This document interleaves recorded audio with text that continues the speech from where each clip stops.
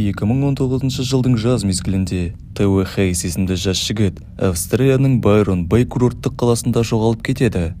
Бір қызығы, жоғалмастан бірер минут бұрын оның телефоны бейтаныс жолмен қозғалып, ақырында сигнал өшіп қалды.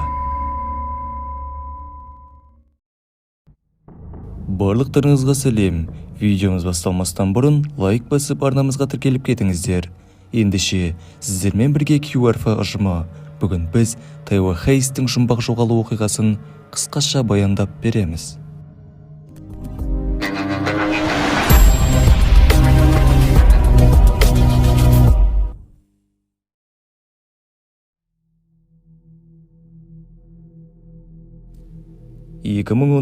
жылдың 25 мамыры бельгиялық азамат Тео Хейс апасы Лиза мен ағасы Майклды көру үшін Австралияның Брисбен қаласына келеді.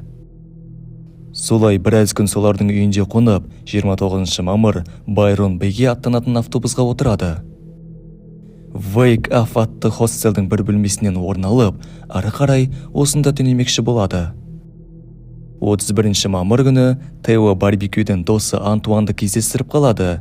Сөйтсек, ол да осы хостелде тұрады екен, бірақ басқа бөлмеде. Екі бельгиялық келісіп, сағат кешкі 18:30-да қаланың орталығындағы шарап дүкенге барады. Солай 2 литр шарап алған олар таксиге отырып, хостелге қайтады да сауық кеш өткізуді жоспарлайды. Бұл камерадағы бейнеден біз жігіттің үстінде бір жүйде, астында ашық түстегі шалбар және басында ақ логотиптегі кепканы көреміз. Арадан тағы бірнеше сағат өтіп, 21:35-те Тео, Антуан және тағы да 4 адам Чики Манкейс деген барға келіп тоқтайды. Барлығы ішіп, билеп, көңіл көтеріп жүр. Бір кезде Теоны дәрет қысып, күзетшіден дәретхананы сұрайды. Жол нұсқаған күзетші ары қарай оның артынан еріп барады. Шыққаннан соң ол Теоға қарап, сіздің жағдайыңыз нашарлап барады, өтініш, үйіңізге барып демалыңыз дейді.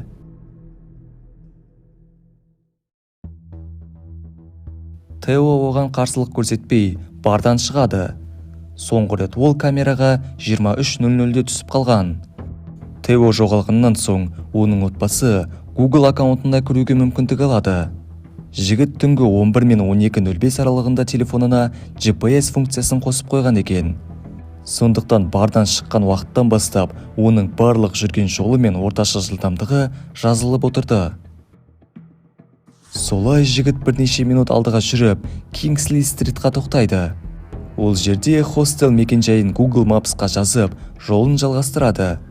Ары қарай 4 минут 40 секунд жүріп, Теннисон көшесінің соңында Барен жастар орталығын қоршап тұрған қалың бұталардың жанында ол шамамен 7 минутқа тоқтайды.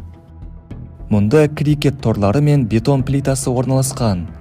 Google деректері Теоның телефоны осы жерден 3 метр қашықтықта екенін көрсетті. Отбасысының пайымдауынша, бұл маршрутты тек қана оның телефоны емес, Теоның өзі де жүріп өткен. Содан кейін жас жігіт спорт алаңының арғы бетіне өтіп, қала маңындағы көшелер арқылы Мессенджер көшесіне жүгіреді. Google мәліметінше, ол бұл бөлікті сағатына 6 км жылдамдықпен жүріп, жол бойында Google Maps қолданбасын бірнеше рет тексерген. Картада әрдайым оның хостеліне қайтар жол көрсетіліп тұрды. Мессенджер стриттен Тео басқа қала маңындағы көшелерге қарай жүреді. Милл стритке жеткенше қала маңы аяқталып, Арачвал ұлттық саябағы, мұхит және маяк көріністері басталады. Осы сәтте жігіт дәл Тала жағажайына апаратын Милл жолымен жүрмей, басқа бір бұталы жолға түсіп кетеді. Қараңғы әрі өтуі қиын саябақ ішімен Тео өте жылдам жүреді. Бір кезде тоқтап, қайта Google картасына бір қарап алады. Солай бұталы жолды артқа тастап, Тео ақыры жағажайға жетеді. Және тағы да картаға бір қарайды. Содан кейін ол жағажайдың солтүстік шетіндегі бұрышқа барады. Түн ортасына таяу, Тео жағажайдың бұрышынан шығып, бұталы төбеге қарай бет алды. Онда Тео жағажайға жеткеннен кейін 5,5 минутқа тоқтайды. Осыдан кейін оған жағажайға оралу үшін 2 минуттан аз уақыт кетті. Сағат түнгі 12:05-ке келіп жетті. Сол кезде телефонындағы GPS функциясы өшіп қалады. Google'дың ақпараттарына сәйкес, жігіт ол уақытта жағажайдың арғы басында болыпты. 15 минут өткеннен соң ол досына U2 музыкалық тобы туралы жазбаны жібереді. Солай 3 минуттан кейін YouTube'тан блогер Boots атты күлдіруге негізделген шоудың бастапқы жарты сағатын тамашалайды. Сосын WhatsAppқа кіріп, Бельгияда тұратын апасына французша мерси және соңына жүрекше қойып жібереді. Бұл оның мессенджерлерге кірген соңғы уақыты еді. Теоның ұялы телефонындағы соңғы пинг түнгі сағат 2-де болды. Алайда соңғы пингте байланыс сигналы жоқ. Батарея заряды өліп, ұялы телефон өшкенде желіге оның өшіп тұрғанын көрсететін арнайы сигнал жіберіледі. Бұл сәтте сигнал келмеді. Мұның бірнеше себептері болуы мүмкін. Телефонның батареясы алынып тасталған, немесе телефон сынған, ал немесе суға құлаған. Жігіттің хостелдегі достары және туыстары оның жоғалғанын түсінген сәттен бастап іздеу басталды. Осылайша полиция тобы көлік, вертолет, кеме секілді транспорттарды қолданып, жігітті Байрон Бэй аумағынан мұқият іздестіреді. Жергілікті тұрғындар мен волонтерлар бұл іске атсалысты. Камераларға түскен 100-ден аса сағаттық бейнелер де толықтай қаралып шықты. 3 аптадан соң отбасына біз Теоны күштеп ұстап отырмыз деп ақша талап еткен әлде біреулерден хабарлама келеді. Бірақ кейіннен анықталғандай, бұның бәрі жалған болып шықты. Жігіттің жоғалғанына 1 айдан өткеннен соң полиция масштабты іздеу жұмыстарын тоқтатады. Осыдан соң пресс-конференцияда детективтер жігіттің жоғалуына басты себеп Байрон Бэй құздарында бір жазатайым жағдай болған деп болжады. Іздеу тоқтағаннан 4 күн өткеннен соң еріктілер іздеуді өздері жалғастырып, Таллоу жағажайының жанындағы ескі таулардан сұр пума кепкасын табады. Табылған кепканың орны GPS мәліметтері бойынша Теоның соңғы рет болған орындарының біріне сәйкес келеді екен. Ал осыдан соң басқа айтарлықтай жаңалық болған жоқ. Және шамамен 10 күн өткеннен соң жігіттің ата-анасы Австралиядан Бельгияға қарай ұшып кетеді. Сол күні Теоға не болуы мүмкін? Талқылап көрейік. Оның барлық жеке заттары, куәлік және басқа да құжаттар хостелде қалды. Банк карточкаларын 31 мамыр күні шарап алғаннан кейін басқа мүлде қолданбаған. Отбасының және достарының нақтылауы бойынша Теоның өзімен бірге қолма-қол ақшасы да болмады. Сонымен қатар, сол түні хостеліне қайтқан шығар дейін десек, ол туралы бірде-бір дәлел жоқ.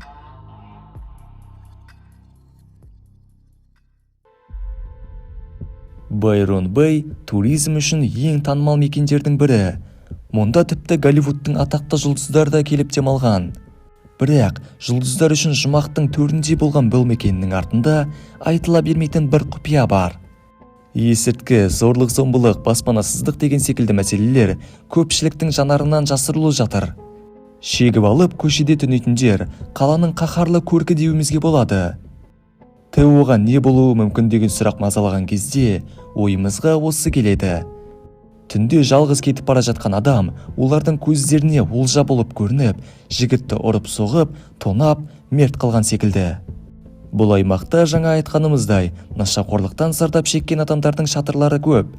Соның бірі іздеу кезінде табылған. 2019 жылдың 5 қыркүйегінде, яғни Тео жоғалғаннан 3 ай өткеннен соң, Байрон Бэй полициялары оның отбасына бәлкім деген нұсқаны айтып көреді. Тео суға құлап, толқын денесін өзімен алып кеткен. Парктен шығып біртүрлі жолға түсіп кеткен жігіттің әрекетін полиция ол адасып, өзін хостелге бара жатырмын деген ойға келді деп түсіндіреді. Клубтан алкогольдік интоксикацияның әсерінен қолды дегенде ескерсек, бұл нұсқа бәрінен де жақын. Бірақ ойлана келе бұл нұсқаны да жоққа шығаратын аргументтер пайда болады. Дәлірек айтсақ, Теоның телефонында әрдайым карта қосулы тұрды. Яғни жігіт өзінің қайда бара жатқанын түсінген. Жағажайда отырған кезде әпкесі және досына хабарлама жазып, YouTube'тан күлдіргі шоуды да көріп үлгереді. Бұдан соң өз сөзімізге қарсы шығып, адасып кетті деген нұсқаны да алыстатып алдық.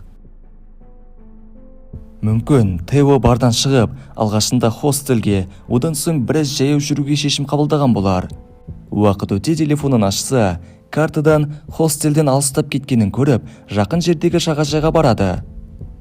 Табылған кепкаға келер болсақ, Теоның бұталы жолмен жүргенін білеміз.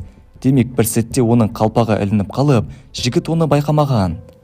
Жағажайда біраз уақыт өткізген ол, ары қарай жартастардың үстіне шыққысы келеді. Солай ішіп алған Тео жартастан құлап, оқиғаның соңы осылай аяқталады. Жоғарыда айтқанымыздай, бұның барлығы жай ғана болжам. Қазіргі күнге дейін жігіттен тек қана бас киімінен басқа ештеңе табылмады. Өте түсініксіз жағдай.